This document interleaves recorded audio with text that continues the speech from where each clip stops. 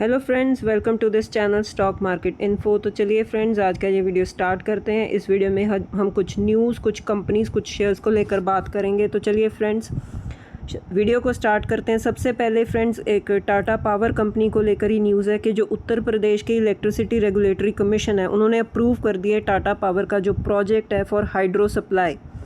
तो Tata power company को आप फोकस में रख के चल सकते हो। नेक्स्ट है फ्रेंड्स, एक ब्लू स्टोन ज्वेलरी कंपनी है, उसमें ब्लॉक डील हुई थी।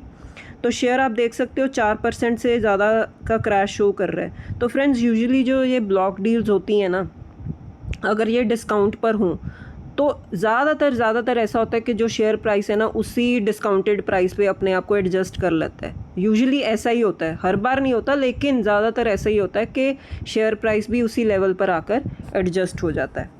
नेक्स्ट है फ्रेंड्स, मेज़ागॉन डॉक, जो एक डिफेंस सेक्टर की कंपनी है। अब वो आंध्र प्रदेश में भी इन्वेस्ट करने के बारे में सोच रही है, तो बहुत ही अच्छी कंपनी है, आप इसके बारे में भी सोच सकते हो। नेक्स्ट है फ्रेंड्स, परप्लेक्सिटी अब आईपीओ का प्लान कर रही है। ये जो एआई की कंपनीज़ हैं, अब वैसे देखो फंडिंग की ज़रूरत तो सबको होती है, तो ये जो एग्रेसिवली एक्सपैंड कर रहे हैं एआई में, तो आईपीओ लेकर आने के बारे में सोच रहे हैं। अब एक एक कंपनी न्यूज़ लेकर आ रही है कि वो आईपीओ के थ्रू भी फंड्स रेज करेंगे। तो आप ये देख सकते हो कि कितनी ज़्यादा इन्वेस्टमेंट अब भी होने के चांसेस हैं एआई में।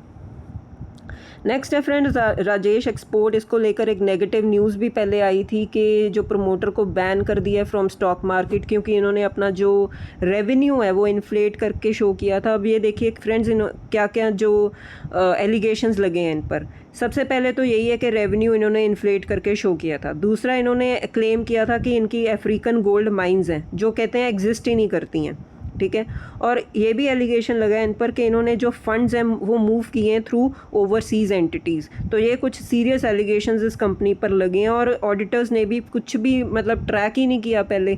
तो ये आप देख सकते हो कि इतने सीरियस एलिगेशंस इस कंपनी पर लगे हैं, और जब से ये ख़राब खबर आई है कंपनी को लेकर, कंपनी लोअर सर्किट ही लगा रही है, ठीक है। तो कुछ भी मतलब कह सकते हो कि अभी तक कोई भी रिजॉल्व होता कुछ दिख नहीं रहा। आफ्टर ऑल इतने सीरियस एलिगेशंस हैं, तो देखते हैं आने वाले टाइम में क्या होगा। अगेन फ्रेंड्स, ओपन एआई अपना आईपीओ फाइल करना चाहता है आफ्टर एंथ्रोपिक। बहुत सारी कंपनीज अब एआई को रिलेटेड जो काम कर रही हैं वो अपना आईपीओ लेकर आ रही हैं, ठीक है फ्रेंड्स। अब आप फ्रेंड्स, एक बात आपको और बता देती हूँ, जैसे स्पेस एक्स है, उसका भी आईपीओ आ रहा है, ओपन एआई का आईपीओ आ रहा है, एंथ्रोपिक ने भी फाइल करना है आईपीओ के लिए। तो ये जो आईपीओ का फ्लड आ रहा है ना तो अब जो फंड्स होते हैं ना वो तो लिमिटेड ही होते हैं, वो तो मूव करते हैं, कभी इस सेक्टर, कभी इस सेगमेंट, कभी इस कंपनी में, कभी उस कंपनी में, कभी इस इकॉनमी, कभी दूसरी इकॉनमी में। तो ये जो आईपीओज जो आते हैं ना, ये भी समटाइम्स ना नेगेटिव बन जाते हैं स्टॉक मार्केट के लिए, क्योंकि अब जो सारा जो फंड्स है ना वो किसकी तरफ शिफ्ट करेंगे, आईपीओ की तरफ। तो जितना ज़्यादा आईपीओ आता है ना, उतना ही ज़्यादा हम बोल सकते हैं कि जो मार्केट में पैसा आना थोड़ा सा कम हो जाता है। तो ये जो अब एआई की कंपनीज़ हैं, ये तो वैसे ही बहुत ज़्यादा हाई वैल्यूएशन पर बैठी हैं, इनको तो बहुत ज़्यादा हाई वैल्यूएशन भी मिलेगी और आईपीओ को भी बहुत अच्छा रिस्पांस मिलेगा।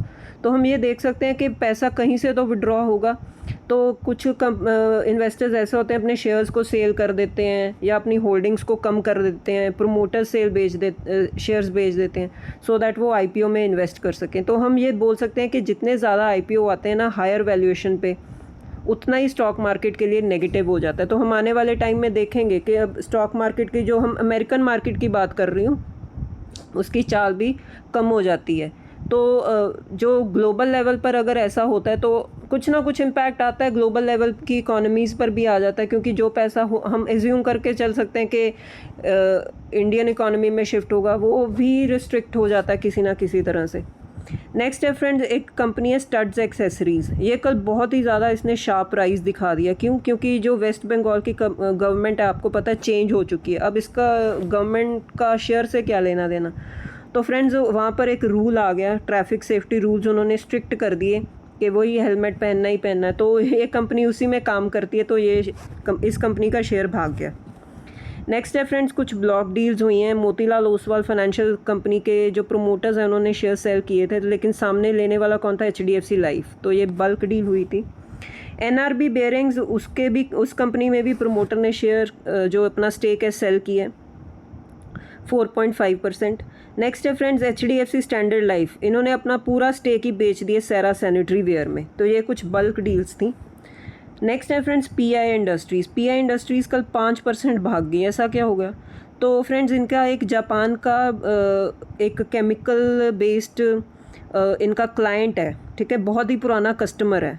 उसने ना इस कंपनी का रेवेन्यू आउटलुक है इंक्रीज़ कर दिया है 2026 के फर्स्ट हाफ का, तो इसकी वजह से कल शेयर में भी एक तेज़ी थी। नेक्स्ट है फ्रेंड्स गोदरेज प्रॉपर्टीज़, उन्होंने 1000 अपार्टमेंट्स इन बेंगलुरु सेल किए हैं फॉर 2000 करोड़, तो अच्छी बात है एक रियल एस्टेट की कंपनी के लिए। नेक्स्ट है फ्रेंड्स KNR कंस्ट्रक्शन, इन्होंने ऑर्डर लिया है, ऑर्डर मिला है इनको 235 करोड़ का। नेक्स्ट है फ्रेंड्स FIDIS की एक्टिविटी की भी कल की एक्टिविटी देख लेते हैं कि जैसे कि DIS ने 5763 करोड़ की जो बाइंग की है, और लेकिन FIS ने सेलिंग ही की है 4373 करोड़। अब तो यही देखने वाली बात होती है कि आज की इनकी सेलिंग कितनी होगी या कल की इनकी सेलिंग कितनी होगी, क्योंकि सेल ही करते जा रहे हैं। नेक्स्ट है फ्रेंड्स अमेरिकन मार्केट जब ओपन हुआ तो देख लेते हैं उसका हाल क्या था कि अच्छी ओपनिंग थी, लेकिन उसके बाद थोड़ा सा फिर नीचे सेल क्रैश ही हो गया, सेलिंग का प्रेशर था, लेकिन फिर थोड़ी सी रिकवरी हो गई।